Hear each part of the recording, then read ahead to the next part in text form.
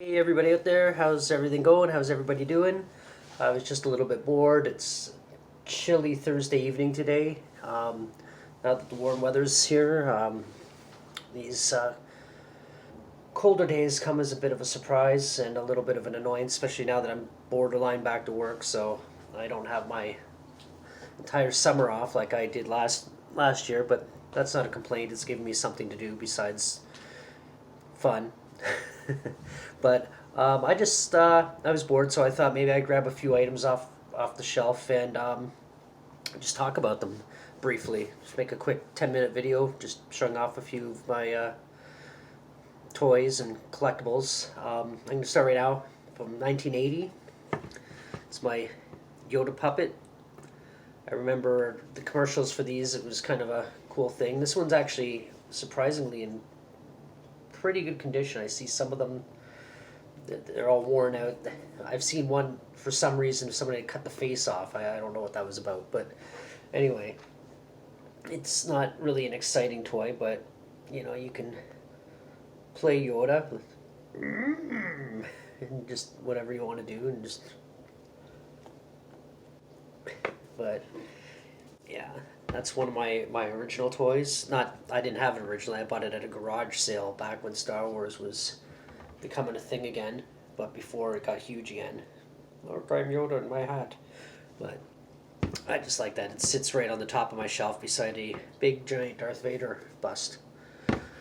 Okay, next I got Stripe from Gremlins, of course. And this is Neca. It's got a lot of articulation, a lot of joints. The elbows move.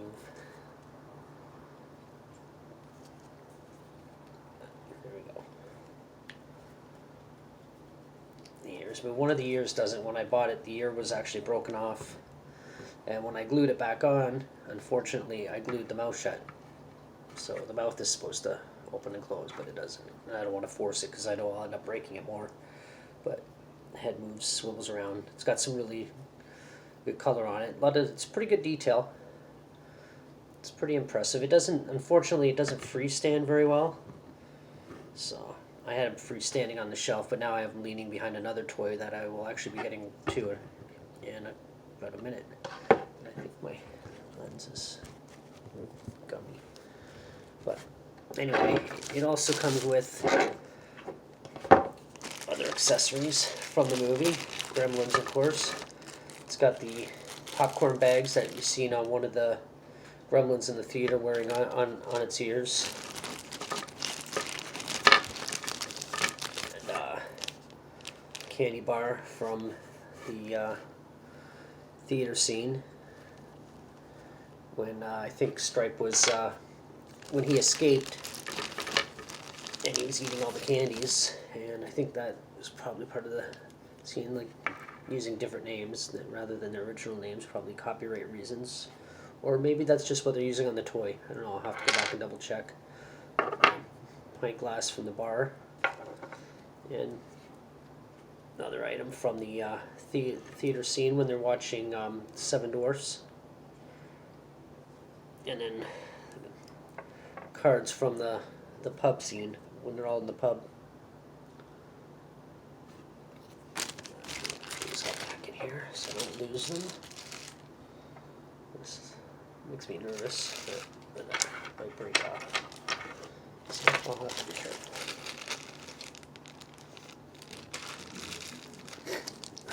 Next, I got Jason. This, I believe, hello. This is the one from part, I want to say part 4. I can't remember because I don't think it's part 3. Hello again. It comes with the gravestone, and that's why I'm thinking it's part 4, because I kind of remember one of the ones where they drive past and they see this somewhere. But it's pretty detailed. It's got, it's Neca like most of them. A lot of articulation. You can switch the hands, you can switch the head, and the mask comes off, and then you can see the face. we go. And again, like most of the Neca posable ones, it comes with other pieces, so it comes with an alternative face. I don't have my glasses on, so I don't know if it looks as blurry to you as it does to me. I hope not. And alternative mask, which is, hi. Could you move your feet, please? Thank you. You know, you want to be part of the action. But yeah, it's got and it said you can switch the hands. So there's another hand. Axe. And various, you know what, I think, yeah, this must be, no, you know what, I think this is 3, because I think in 4 he was wearing that that weird belt thing. But, whoopsie. And, oh, and a corkscrew. Yes, this has to be from 4, because I remember, I believe it's Crispin Glover's character that he kills with the corkscrew. Let's see where that went. Oh, I'll find it later. Unless the cat finds it first. Oh, and a knife.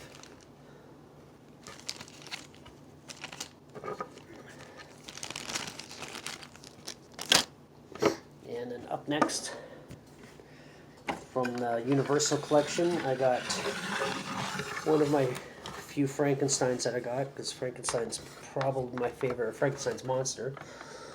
It's been on the shelf for a while. Is my favorite Universal monster. Yeah, I did dust him. But I believe this is from Frankenstein's Daughter, which is the 3rd one in the series. She's wearing a different outfit. It's not wearing the suit jacket and kind of the suit, I guess. And it's got the electrodes and machine parts come apart. They come off. And the base is pretty detailed. It's kind of cool. But, and because it's not really a toy, it does have some decent articulation though. The head moves in different directions, the arms swivel, different points, the hands, the legs. So, but it's more of a display item than something you would want to play with if you're a child or a kid or a grown-up kid like me. But we'll get him back on his base.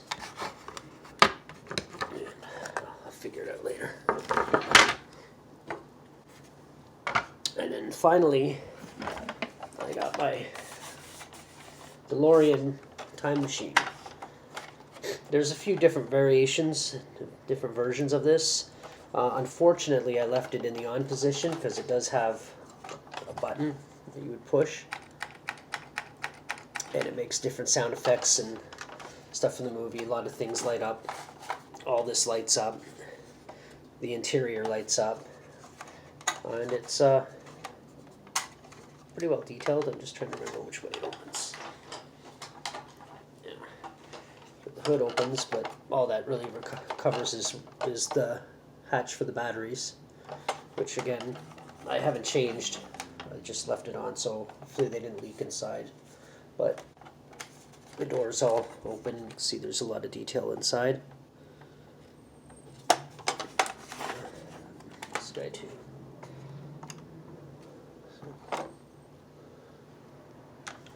And you can see a lot of detail up here in the engine. I guess DeLoreans, did they have engines in the back? I don't know that much about DeLoreans, so.